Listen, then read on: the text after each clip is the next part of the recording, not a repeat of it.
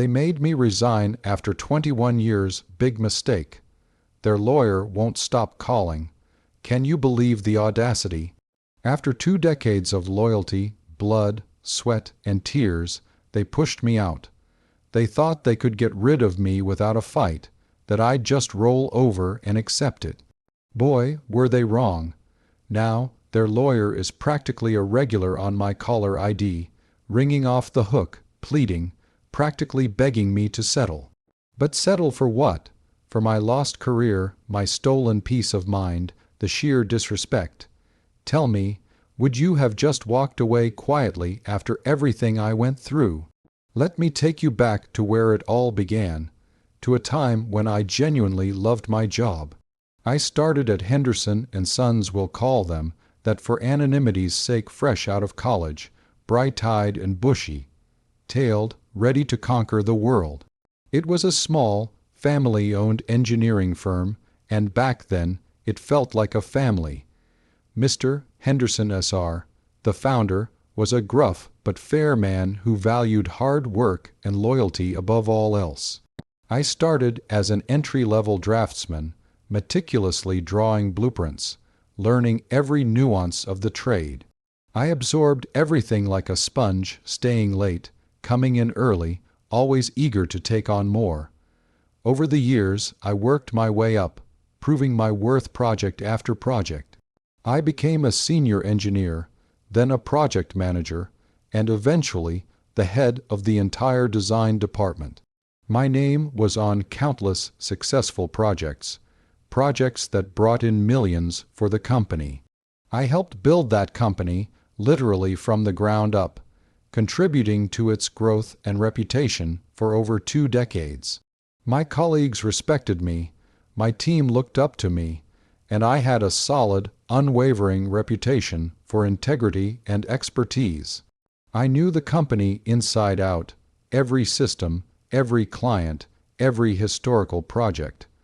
I was an institution, or so I thought. Things started to change, subtly at first, after Mr. Henderson Sr. retired and his son, David Henderson Jr., took over as CEO. David was different. He was all about modernization, streamlining, and maximizing shareholder value.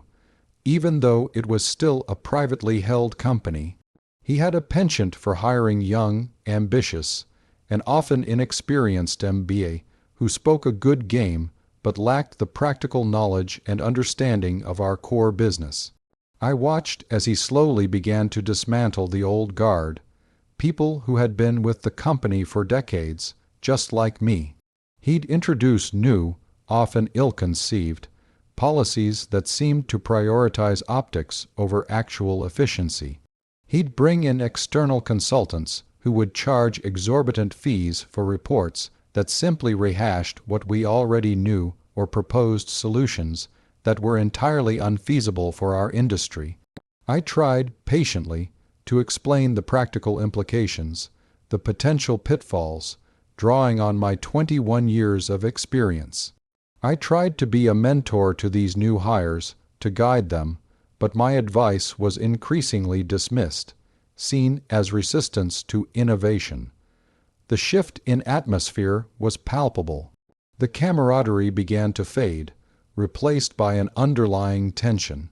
Meetings became battlegrounds for ideas, with David often siding with the loudest, flashiest presentation rather than the most sound engineering proposal.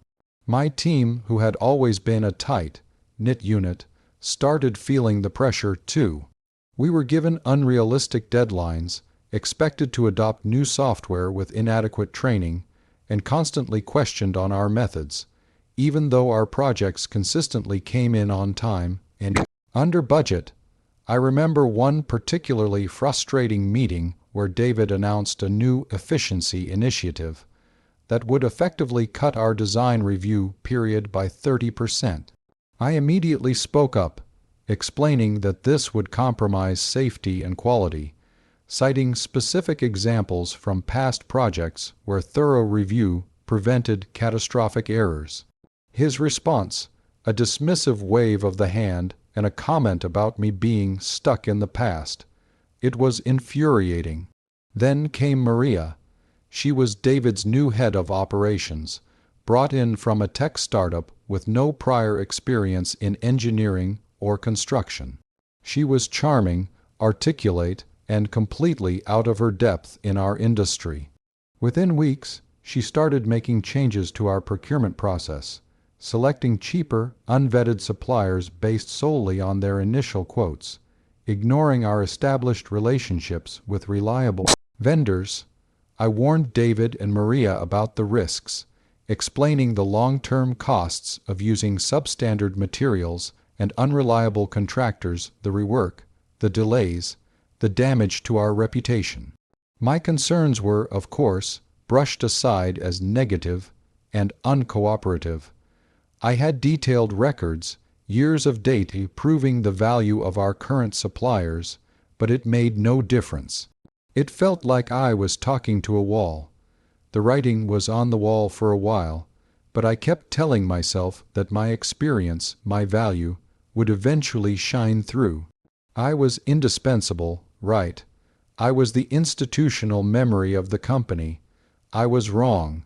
The first direct attack came in the form of a performance review, something I hadn't had in years because my performance had always been exemplary. This review, however, was scathing. It cited lack of adaptability, resistance to new initiatives, and poor collaboration skills. It was a complete fabrication. My team members were shocked when they heard about it. They knew I was the most collaborative person in the department, always willing to help, always putting the team first. I challenged every point, providing evidence, emails, project reports, testimonials from clients and colleagues. David and Maria just sat there, impassive, repeating corporate jargon about moving forward and cultural fit. It was a sham, a clear attempt to build a case against me. I felt a cold dread settle in my stomach. This wasn't about performance. It was about getting rid of me. So that's the situation I was in, a 21-year veteran being pushed out by people who had been there for a fraction of that time, people who knew nothing about the intricacies of our work. I had to make a choice, let them walk all over me or stand my ground. Before I tell you what happened next, I want you to pause and comment below what you would have done in my shoes. Would you have fought back, or would you have accepted your fate?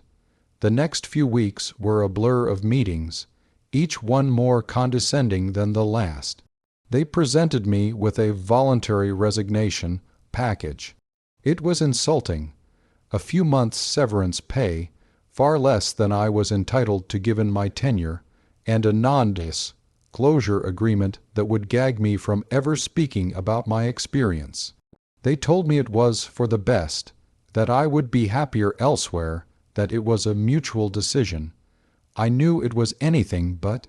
I was being forced out, plain and simple.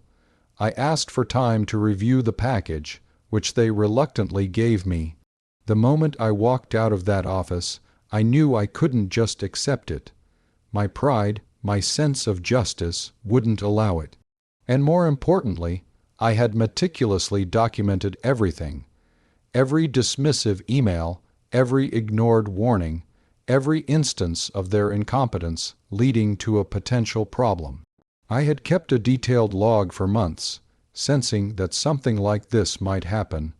I wasn't naive. I had seen how David operated. I took the package to an employment lawyer, a no-nonsense woman named Sarah, who specialized in wrongful termination. She reviewed my documents, listened to my story, and her eyes widened. "They've made a huge mistake," she said, a grim smile forming on her lips.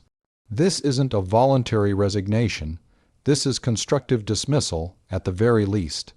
And frankly, with your tenure and their apparent disregard for standard operating procedures, we have a very strong case for age discrimination and a hostile work environment."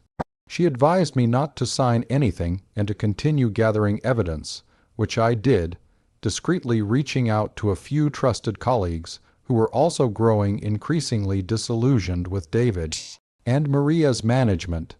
They shared their own stories, their own frustrations, confirming my suspicions. I had built trust and loyalty over 2 decades. That wasn't something David could erase overnight. The company continued to spiral. Without my oversight, and with Maria's new, untested suppliers, quality control suffered.